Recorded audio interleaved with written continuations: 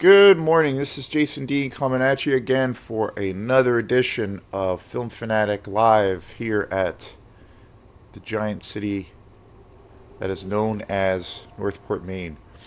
So thanks again for everyone checking out the videos. It's been really cool. The number of subscribers has been going up quite a bit, and we're almost at 300. So I really appreciate all the love out there and on in the or on the in the World Wide Web, and especially with people. There's been more and more folks who have been commenting on a lot of these videos, and I've been kind of corresponding with some other film fanatics that are out there. So super cool. I love networking with people who have a lot of the same interests. Um, for me, it goes a long way. It's I tend to focus on a lot of films that are somewhat obscure, and and I really enjoy taking deep dives into genres that I love. I love tracing back, and it's not obviously with this channel, it's a movie channel, and the focus is always for the most part on horror films. But I kind of do that anyway, as far as taking deep dives. If there's a band I really like, or maybe that particular band has a certain sound that I really like. One of the things, like whether it's a band that I just discovered, or maybe it's a group that I've listened to for a long time, one of my favorite things to do is to track down interviews with those bands. And one of the reasons that I do that is I love to hear about kind of their process. You sometimes have artists who, there's always this stereotype, or to a degree, like a stigma around musicians who talk about, their process, or what they go through, or their what their muse might be in their lives for them to create things, or what their general how they generally operate. And there's like a lot of the times artists, there's this, like I said, a little bit of a bad stereotype around it, where a lot of the times when that happens, that musicians come across as being really pretentious, and at the end of the interview, or at the end of them kind of explaining their whole process, you're kind of like, well, they're just kind of full of shit, and their heads are up their ass, and they're really pretentious. And it's just like a shtick, as opposed to them talking about maybe things that are not like stereotypical, or like a cliche way of talking about it. But I don't think everybody's like that. I mean, I like it. Well, when I come across an interview where it's real genuine, and they're talking about kind of how they operate. And but one of the things too that I love about tracking down interviews with artists that I really love is they talk about what music that they're into, what they're listening to now, or what is their what's their go-to collection of artists that or groups that they've listened to for forever. And so then when that happens, a lot of the times when I come across that kind of information, is I'll sometimes write down those names, and a lot of the times it's groups that I have never heard of. So I'll take that deep dive, like I said, and I'll seek out those bands, or those artists, and most of the time that's like this thing of where it's this new door that's being opened, and I get to explore and check out all these new things that I never heard of before. And a lot of the times after I do that, I start hearing, oh wow, okay, this is where they're kind of coming from this angle. I so that's what I mean in terms of like the deep dive thing. And I try to do that a lot with like filmmakers that I love, filmmakers that I've always loved, or filmmakers that I've just discovered. I try to, like, more or less pick the brain of those creative forces that are behind these great works. And I do the same thing with for music as I do with film, and vice versa. And also, to a degree, occasionally I'll do that with certain books that I really like. I'll look up, a particular author that I really like. Like one example would be, as far as in a literary sense, I love my favorite science fiction novel of all time is Dune. So I've found over the years I've found some really great interviews with Frank Hubert, the creator of Dune, and when I come across things of where he talks about his influences and things that he grew up on, I'll do the same thing. So I kind of always do that with everything. I like taking deep dives. I love seeing where there's a lineage to, from the artist who's creating that art, and then from that, the lineage of like what they're, what ties them to that art, but then what brought them to that creative endeavor. And I always find that to be a super interesting and fascinating journey. So, you know, that's that's something I've always done, and I try to bring that to, or I try to bring that way of operating or that mindset to this channel when it comes to horror movies, science fiction, that same idea. I love tracing back to see where there's always maybe those seeds of the groundwork that was, laid down by the genre's predecessors, people who kind of started something. So it's always fascinating. I do that. I do that all the time. And so that's the main focus, really, of what I do with this channel when it comes to movies. So today, and again yesterday, I recorded a video. I just uploaded it, and yesterday was a pretty busy day, so I didn't have time to upload it. But I did record it. I just posted it. So I recorded a video yesterday, and I just uploaded it. And that is, I did a video on Stuart Gordon's Reanimator, which I think is, one of the most, well, I think outside of horror, science fiction, it's one of the greatest movies ever. It's always been my in my that movie's in my DNA. I like grew up watching that film, and I just love it to death. And I feel like that is, I don't know. In some ways, I feel like it's like the Citizen Kane in horror movies. It's just like it's such an essential movie. I look at it as like almost in terms of genre or style. I almost look at Reanimator, the original, which came out in 1986 by Stuart Gordon. I look at that as almost like a holy book in that style. Like it's essential. It's essential. You know, I honestly feel like if you call yourself a fan of horror and you don't know, well, this is, I guess, an example of how strongly I feel about that movie.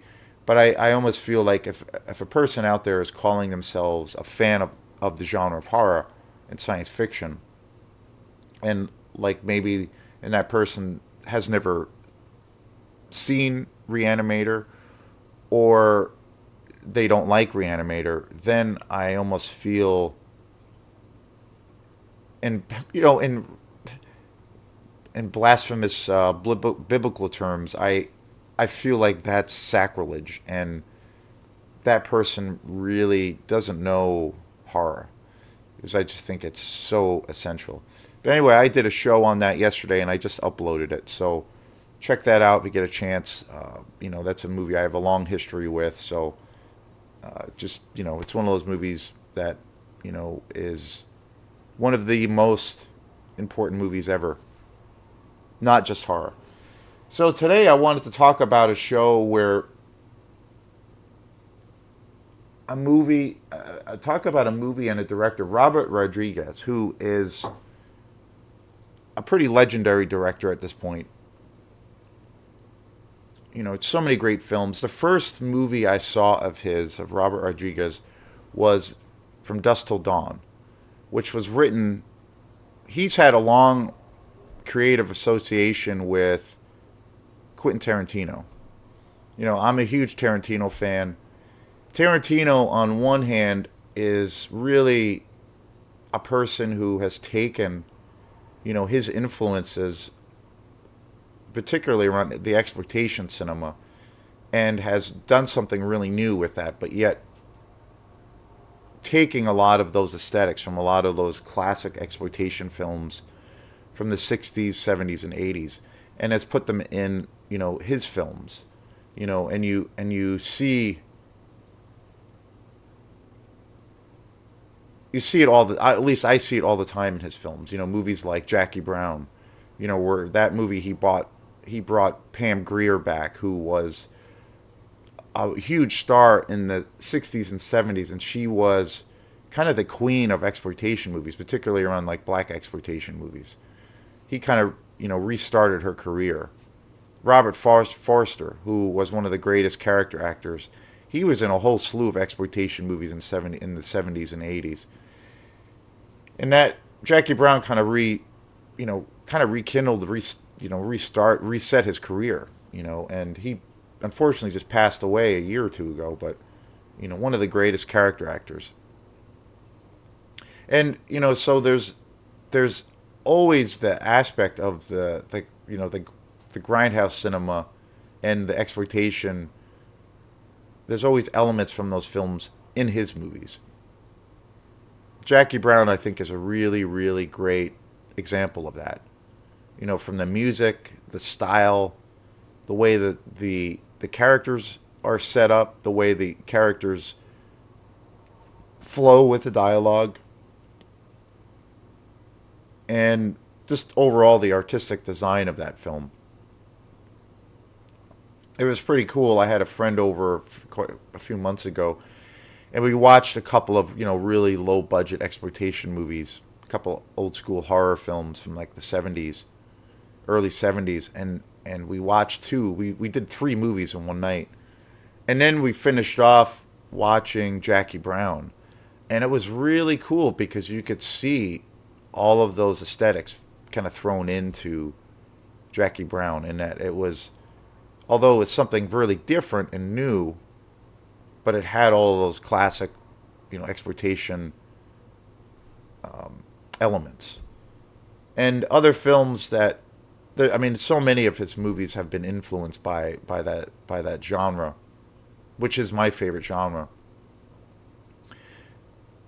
Movies like Inglourious Bastards, I think, is a really great example of that. I think Pulp Fiction, another great example of that. To a degree, Reservoir Dogs also. And I think Once Upon a Time in Hollywood, which was his last film, is really, really, I almost to a degree feel that movie has kind of the biggest exploitation influence in it. It's that movie is truly like a love letter to Hollywood, but there's all these references and all of these sequences where they really bring a lot of those movies that came out, bring those movies to light, all of the classic European exploitation movies and so many of the American exploitation movies. That movie really, I feel, pays tribute to that particular style. Just an awesome movie. And also, I think one of my favorite movies of his that I feel is never really talked about is The Hateful Eight. I just think that movie is such an amazing Western, and I feel like that is kind of a love letter to the classic, Westerns that were created by Sergio Leone, and a lot of the Italian horror, or I should say a lot of the Italian exploitation Westerns that came out in the 60s and 70s. Just amazing. Just an amazing movie. And Robert Rodriguez, who is, definitely one of the greatest directors, I think. Overall. He's done so many great movies. And the first movie, like I said in the beginning of the show, the first movie that I saw of his was from was From Dusk to Dawn, which I think is one of the greatest vampire movies of all time. That will be a show I'll eventually do. But that movie is just so amazing. And Quentin Tarantino also stars in that. That movie very much has a exploitation kind of vibe to it. Also, that came out in '96. Quentin Tarantino starred in that along with George Clooney. That was the first movie that I saw.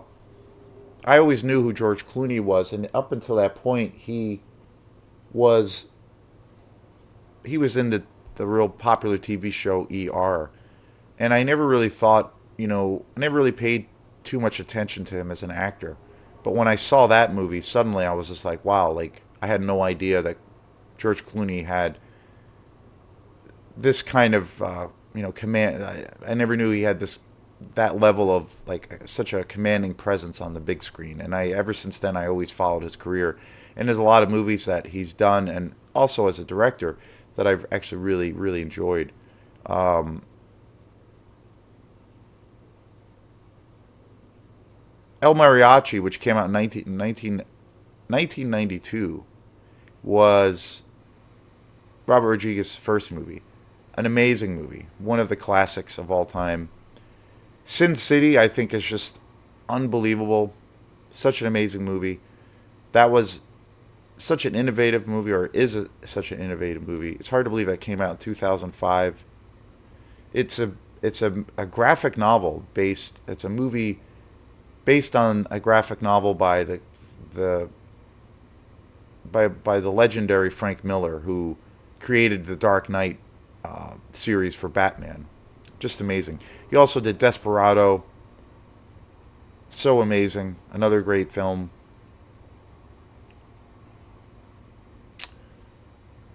He did the Spy Kid films, which are actually really good. They're kids' movies, but they're actually really terrific.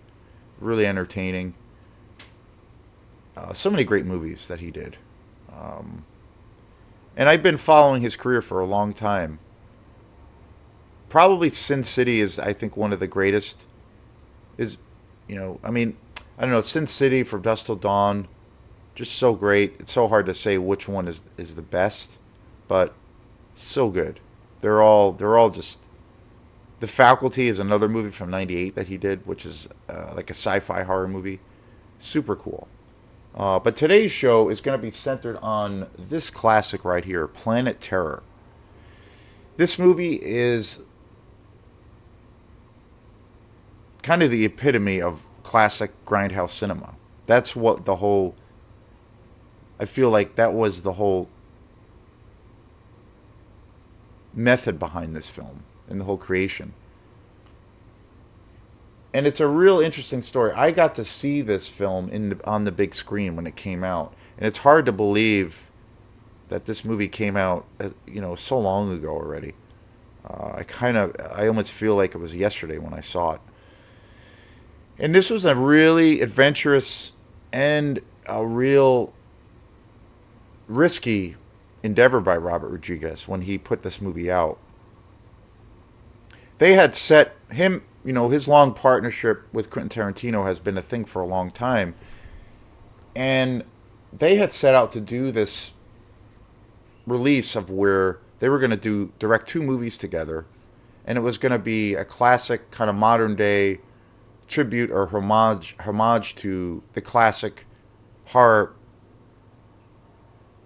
exploitation world. Movies from the 60s, 70s, and 80s. Movies that are really low budget, only relying on super gory practical effects. They have this real sleazy factor. They're really raw. They're, really in your face. And they had set out to kind of recreate that world. Because, at one point, that was how the classic grindhouse cinema, where you would pay, when you had the drive-in movie theaters in the 70s, 60s, and 70s, and 80s, and most notably the most popular 42nd Street in New York City, which was kind of the mecca for all things exploitation, where you had theater after theater. And back then, you could pay a ticket and go and see a movie, go and see numerous movies back to back.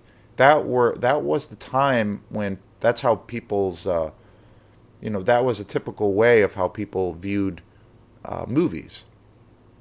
You would go and be in the theater like all day or all night and just experience cinema for hours.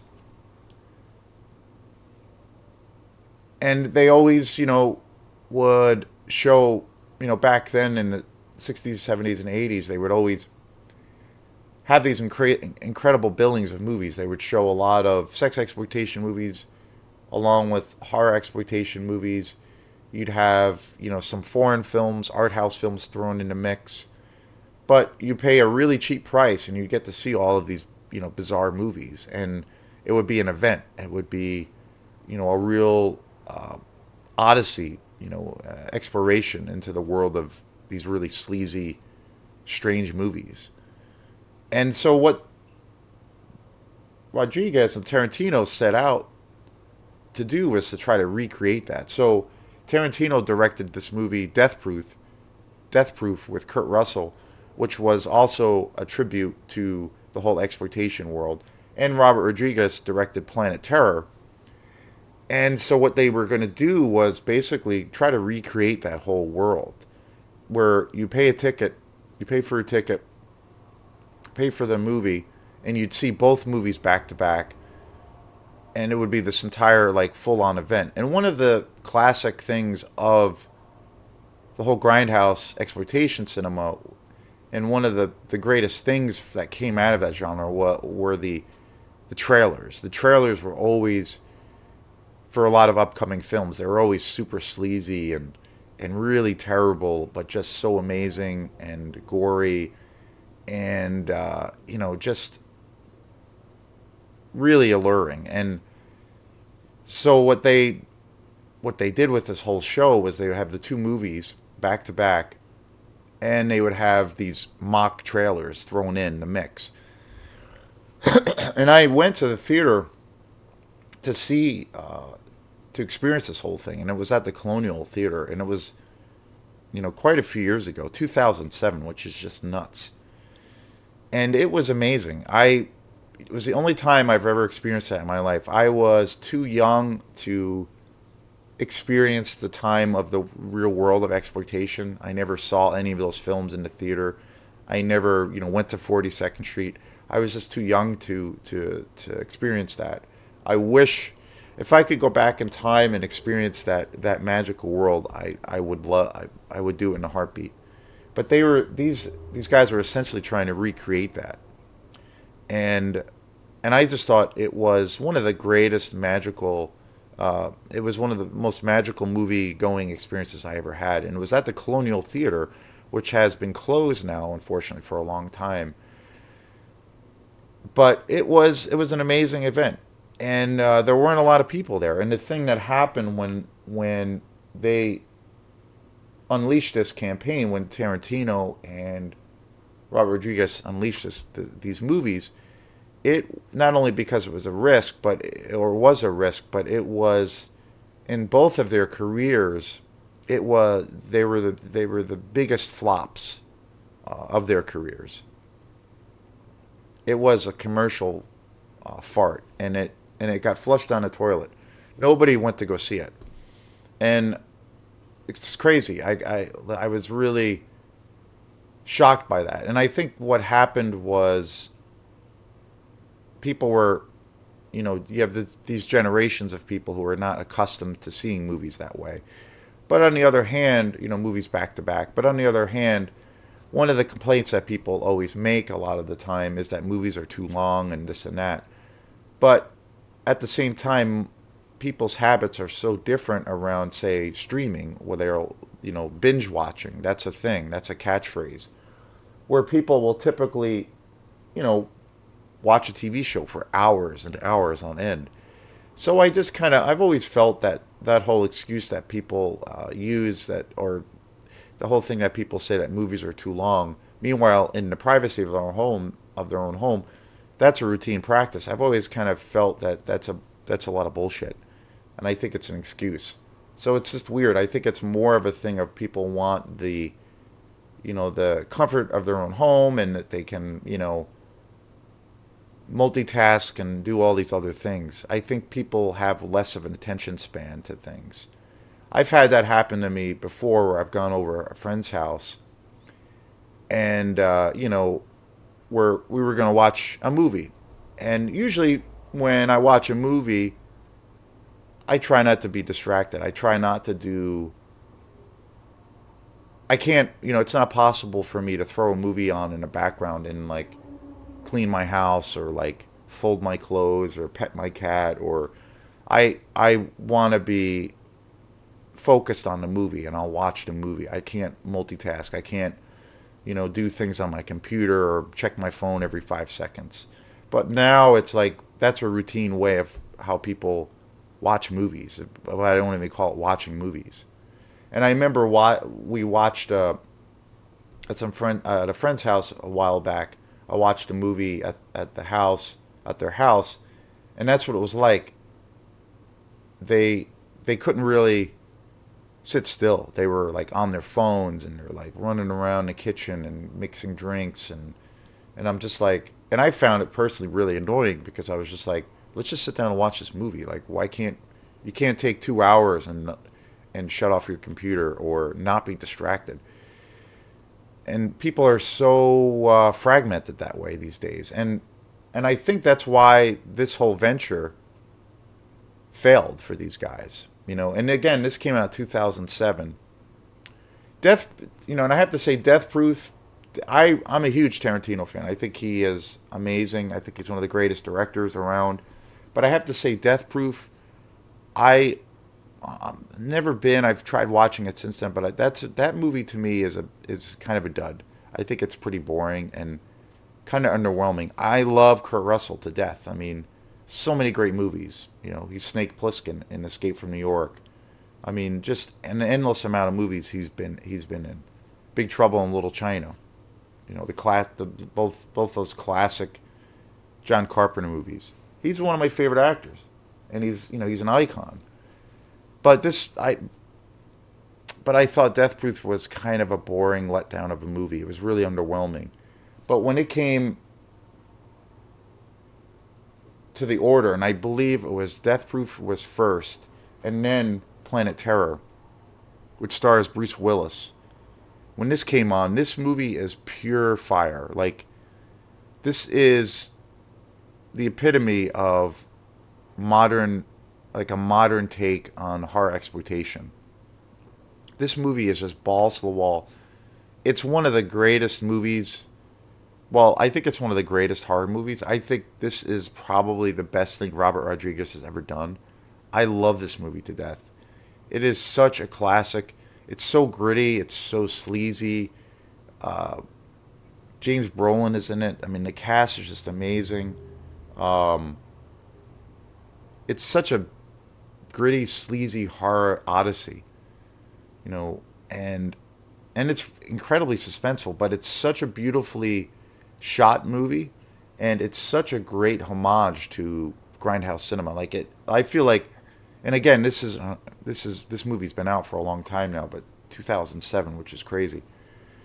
But I think in the larger scope of in a modern context, I think that this movie is kind of the ultimate love letter to horror exploitation. Like, it's unbelievable. Like the way it's shot, even like the footage.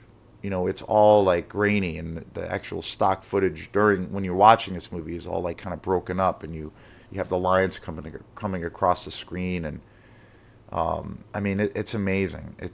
It really is a thing of where it takes you back to that magical past of how cinema used to be, and to me it's the ultimate love letter to the horror exploitation world. And the interesting thing too, like over the years, I've read about a lot about how they, both those guys made these movies and how, how they wanted to curate this whole thing. Robert Rodriguez wasn't really aware of the whole exploitation world up until he made this movie. Tarantino was the one who had turned him on to a lot of these films from the 60s, 70s, and 80s. And I've seen lots of interviews where Robert Rodriguez was, has was talking about that, and he said that when he discovered all these films, thanks to Tarantino and and this beloved style of filmmaking, he just was enamored, and he just fell in love with these films and these genres, and that's what kind of spurred his interest and gave him that spark to basically write and direct a movie that was a love letter to you know that classic period in film history. And it's, to me, it is like the ultimate love letter to Grindhouse. I mean, it's an amazing movie. He also did another movie called Machete, which is another amazing movie. Also, I feel like that's a truly a love letter to the whole genre of exploitation. Just phenomenal, phenomenal. The cast for Planet Terror, and it's hard to believe this movie came out in 2007. Rose McGowan, I mean, just she's a sex goddess on the screen. Marley Shelton, who's amazing. Freddie Rodriguez, Bruce Willis, of course, he's like so badass in this. Josh Brolin is just amazing in this. Probably my favorite role that Josh Brolin has been in. He's been in so many great movies. Michael Biehn, I mean, iconic, one of the most iconic character actors. He was in the first Terminator. He was in Aliens. I mean, just great. Danny Trujillo, again, one of the greatest character actors. He was the star of Machete. Naveem Adrinas, so good. Tom Savini's also in this. Jeff Fahey and Tom Savini, you know, the king of practical effects and all things horror exploitation. He's also been in a lot of movies as an actor. He was one of the leads in From Dusk Till Dawn, and did the effects for that film. Just so damn good. That From Dusk Till Dawn is a movie I'll eventually do a show on. And Jeff Fahey, just so amazing. But I only have this on DVD, which is a shame. I need to. This edition is really good. It does have hours of special features on here where they really go in depth on how they created this film. And Robert Rodriguez is a true maverick in the world of indie cinema too, because he is totally self-financed, self-contained, has complete control over his work. They really go into all of those aspects in this film. It's got 2 discs, and there's the movie, the feature itself, Planet Terror, and then there's a bonus disc of all of these great special features. But I love this movie to death. I need to desperately get this on Blu-ray as an upgrade. It is a pure. It's the very definition of like pure horror, like a pure horror spectacle. As much as I love Sin City, which I think is just an amazing movie on so many levels, and again, like this movie, so innovative and fresh and new. But yet, it's a love letter to the classic films that inspired, those works. But it's still something really, really new. But I have to say at the end of the day that Planet Terror is definitely my favorite movie that he's ever done. I mean, just amazing. Robert Rodriguez, I haven't really. I mean, this came out a long time ago too, and I haven't seen anything by him in a long time. I know that one of the last movies that he did a sequel to. Oh, geez, now I'm forgetting the name of that movie. One of the last movies that Robert Rodriguez did was he did a sequel to Sin City, which starred Gordon Levin Hewitt, and I remember that movie not being very, very good. And that came out maybe 4 or 5 years ago. Not a very good movie, kind of pretty bland in comparison to the original. And I don't know of any other movies that he's done since then. I mean, and this has been out for years. I know, and I still haven't seen it, but I heard that he directed a few of the episodes for the Star Wars spin-off show about Boba Fett and Jango Fett, The Mandalorian. I believe he directed a few episodes for that series. and I've heard that it's really really good. But I haven't seen any of those. I haven't seen that series at all. But as far as full length feature movies, I don't know what's going on with him. Like it's been a long time, and he's still young and still going strong as far as I know. But man, this movie, I can't say enough. This movie is just so. It's the very definition of just badass. Like it's so awesome on so many levels. Yeah, it's just amazing. So it's at some point I'll buy an upgrade. I'll get an upgrade of this on Blu-ray 4K, and that will be a real exciting thing. So, but yeah, easily for me the best movie out of Robert Rodriguez's career, and I think this movie is an exemplar of like a modern day grindhouse film, but yet it gives you something new and fresh. It's not ripping it off per se or trying to be. It is, but it's a great balance. It's its own thing also. So this is Jason Dean here at Film Fanatic headquarters. So thanks again for all the love and support. If you like this channel, please like and subscribe to it, and keep the comments coming. And I love interacting with other film fanatics. So have a great day, and we will see you next time. Peace.